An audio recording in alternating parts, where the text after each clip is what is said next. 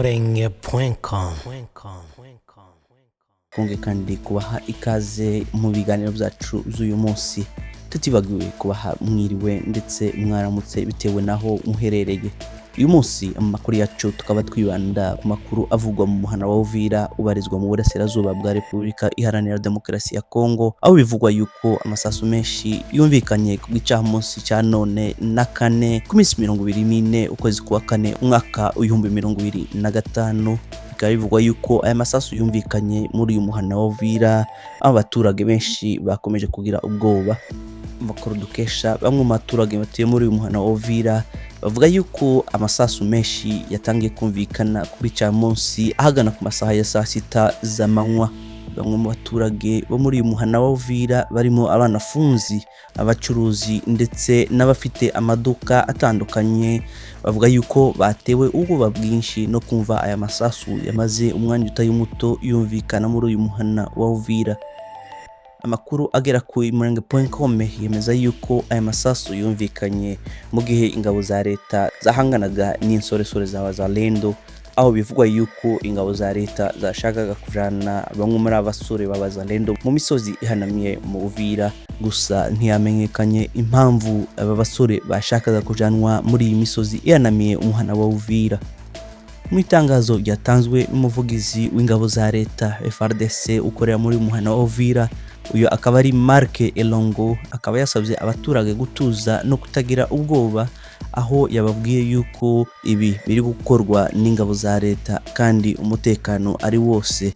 Ariko abaturage bakaba bavuga yuko batashize ubwoba ubwo bumvaga amasasu, kandi bizwi yuko barinzwe n'izo ngabo zombi ziri gukozanamo zirasana. Ibi kandi bikaba byasubiyeho n'abaturage, aho bibaza impamvu amasasu yumvikana ari n'igihe haciye umunsi umwe hatangajwe amakuru yuko ingabo za leta Wazalendo ndetse n'ingabo za AFC M23 zigiye guhagarika intambara. Bibutse yuko inama yihagarikwa ry'izi ntambara yabereye i Doha muri Qatar, aho ingabo za AFC M23 ndetse n'ingabo za leta ya Kongo zahuriye hamwe kugira ngo zitorere hamwe umuti ikibazo cy'intambara zimaze iminsi zivugwa mu karere k'uburasirazuba bwa Repubulika Iharanira Demokarasi ya Kongo.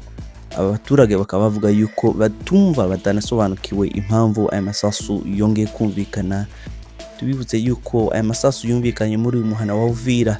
Uyu muhana akaba ari wo ubarizwa yuko ari ico cicaro gikuru cyasubiriye intara ya Kivu y'amajepfo. Icicaro ca Kivu y'amajepfo cyari cyarahoze ahitwa Bukavu. Ibi byabaye nyuma yaho uyu muhana wa Bukavu wari gufatwa n'ingabo za AFC M23. Iki cicaro ngo cimurwe muri muhana wa Uvira cyabaye nyuma yaho ingabo za leta zimaze gutsindwa no kunyagwa uyu muhana wa Bukavu. Bityo leta ikaba yaremeje yuko Uvira ariyo ibaye umurwa mukuru w'intara ya Kivu y'amajepfo. Tungeye kandi kubibutsa yuko uhereye mu kwezi kwa kabiri k'uyu mwaka turimo, abantu benshi batashoboye kumenyekana umubare bagwe muri izi ntambara z'imishamiranire hagati y'insoresore za Wazalendo n'ingabo za leta, aho zagiye zikozanyamo kubwo kutumvikana.